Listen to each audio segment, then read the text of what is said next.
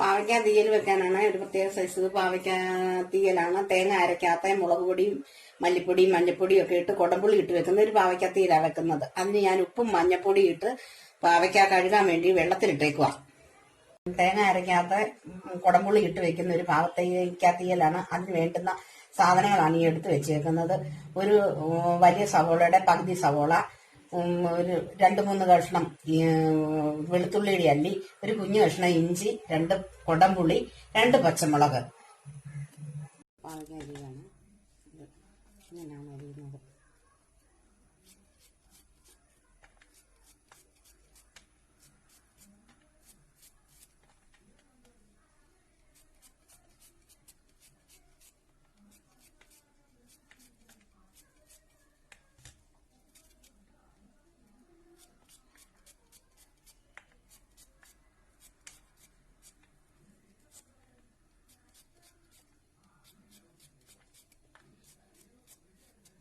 ഇതുപോലെ ആകട്ടോ അരിയേണ്ടത്.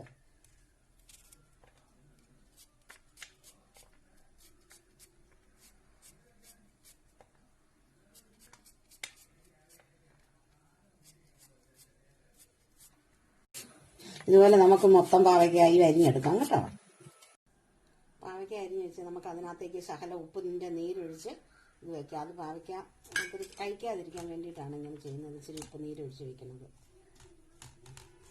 പാവയ്ക്ക തീയൽ വെക്കാൻ വേണ്ടിയിട്ട് നമുക്ക് ഒരു ചീനച്ചട്ടി അടുപ്പിലേക്ക് വെച്ചിട്ട് അതിനകത്ത് നമ്മൾ വെളിച്ചെണ്ണ ഒഴിക്കുക കേട്ടോ.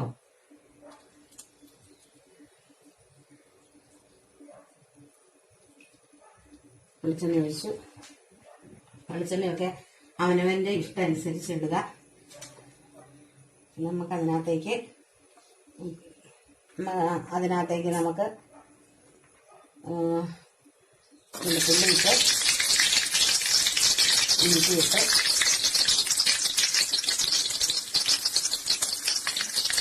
സവോള അരിഞ്ഞ് വെച്ചിരിക്കുന്നത് അതിട്ട്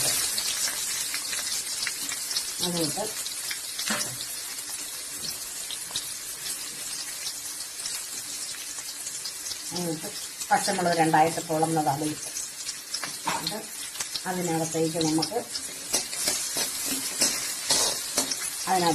പാവയ്ക്ക അരിഞ്ഞ് ഉപ്പ് ചേർത്ത് വെച്ചേക്കുന്നത് അതിലേക്ക് ഇടുക.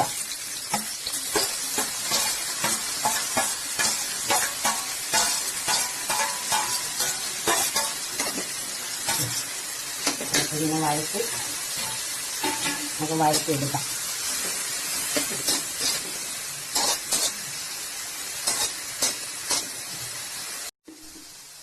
അതിനകത്ത് നമ്മൾ കറിവേപ്പില ഇടുക കേട്ടോ.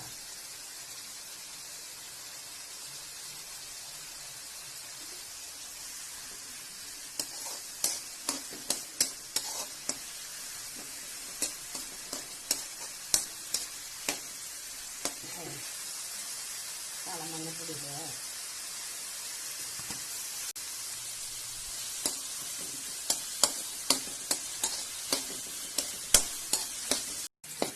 പാവയ്ക്ക നന്നായിട്ട് വഴന്നിട്ടുണ്ട്.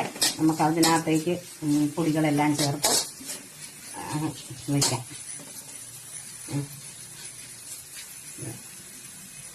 ശകലം മല്ലിപ്പൊടി ഇടാം. മല്ലിപ്പൊടി ഒരു ചെറിയ സ്പൂൺ മല്ലിപ്പൊടി,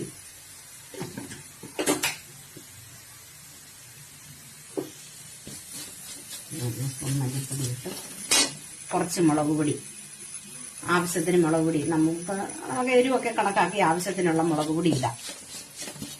ഒരു ചെറിയ സ്പൂൺ മുളക് പൊടി ഇട്ടിട്ടുണ്ട്. ലേശം മഞ്ഞപ്പൊടിയും കൂടെ നമ്മൾ ഇടുകയാണ്. അതിട്ട് പയ്യെ ഒന്ന് ഇളക്കാം. ഒന്ന് മൂക്കട്ടെ. മൂത്ത് കഴിയുമ്പോൾ നമുക്ക് ആ പുളി അതിനകത്തേക്ക് ഇടാം. കുടംപുളിയാണ്. കുടംപുളി നമുക്ക് അതിനകത്തേക്ക് ഇടാം. ഇട്ട് പയ്യെ ഒന്ന് മൂത്ത് വരുമ്പോഴത്തേക്ക് നമുക്ക് ശകലം വെള്ളം ഒഴിച്ചു കൊടുക്കാം.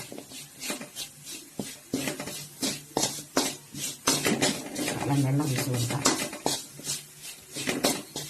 ഇത് നമുക്ക് ശകലം വെള്ളം ഒഴിച്ചു കൊടുക്കുവാണ്. അത് ഏതാണുള്ള വെള്ളം വെള്ളതാണ്, എന്നാലും ഇച്ചിരി വെള്ളം. അത് പുളിയെല്ലാം ഇതിനകത്ത് പിടിക്കട്ടെ. ശരിക്കും പുളി വെന്തിറങ്ങണം. ഈ ഡിഷ് ആദ്യമായിട്ട് എൻ്റെ അനിയത്തിയാണ് എനിക്കിത് പറഞ്ഞു തന്നത്. ഇത് നല്ലൊരു ഡിഷ്, ഞാൻ ഉണ്ടാക്കി നോക്കിയപ്പോൾ നല്ലൊരു ഡിഷായിരുന്നു. അതുകൊണ്ട് ഇവിടെ എല്ലാവർക്കും ഇത് ഇഷ്ടപ്പെട്ടു. അതുകൊണ്ട് ഞാനും ഇത് നിങ്ങൾക്ക് വേണ്ടി ഒന്ന് പരിചയപ്പെടുത്താമെന്ന് ഓർത്തുകൊണ്ട് ഉണ്ടാക്കുക. ഇതൊന്ന് പറ്റട്ടെ.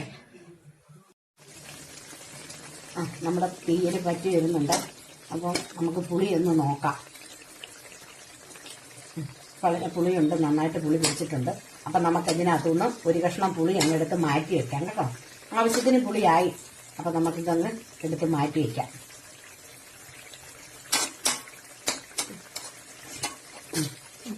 നിങ്ങളുടെ പുളിയൊക്കെ നോക്കിയതിന് ശേഷം ഇത് എടുക്കണം കേട്ടോ. പുളി കൂടിപ്പോയാൽ കൊള്ളത്തില്ല. ഇച്ചിരി മുന്നിട്ട് നിന്നാലും കുഴപ്പമില്ല, പാവയ്ക്ക ആയതുകൊണ്ട്. നിങ്ങൾ ഇതുപോലെ തന്നെ പുളിയൊക്കെ നോക്കിയിട്ട് ചെയ്യുക. ഇച്ചിരി കൂടെ ഒന്ന് പറ്റാനുണ്ട്, അതും കൂടെ ഇച്ചിരി കൂടെ വെള്ളം പറ്റാനുണ്ട്. അതും കൂടെ പറ്റിയിട്ട് നമുക്ക് കടുക് താളിച്ചിട്ട് കറി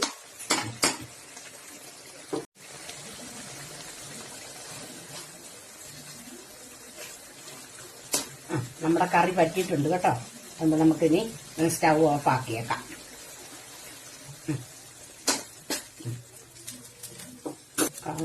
കടി പറ്റിയിട്ടുണ്ട്. നമുക്കിനി ഇതിന് വേണ്ടത് എണ്ണ വെച്ച് കടുക് താളിച്ച് ഇതിനകത്തോട്ടിടാം.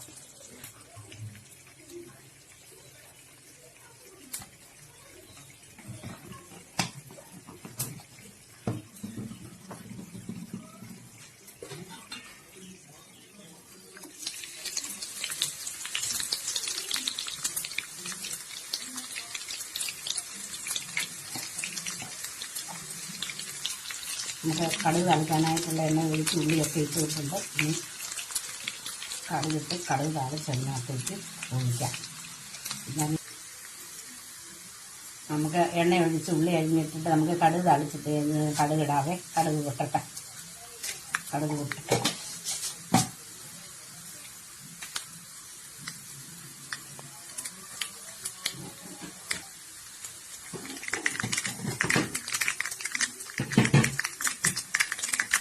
കടുകൊക്കെ പൊട്ടുന്നുണ്ട്. നമുക്കതിനകത്തേക്ക് കറിവേപ്പിലയും വറ്റൽമുളകും കൂടെ ഇടാം.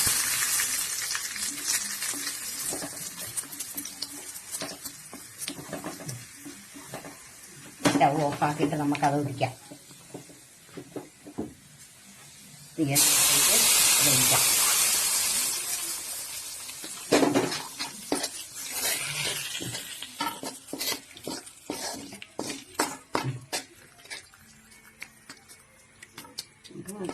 എല്ലാം ഒഴിക്കാൻ കടുക് താളിച്ചതെല്ലാം ഒഴിച്ചിട്ടുണ്ട്. നമ്മളെ കറിയെല്ലാം റെഡി ആയിട്ടുണ്ട്.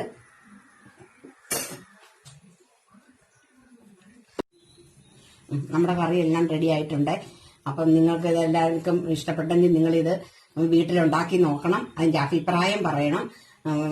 എൻ്റെ വീഡിയോ ലൈക്ക് ചെയ്യണം. എൻ്റെ ചാനൽ സബ്സ്ക്രൈബ് ചെയ്യണം.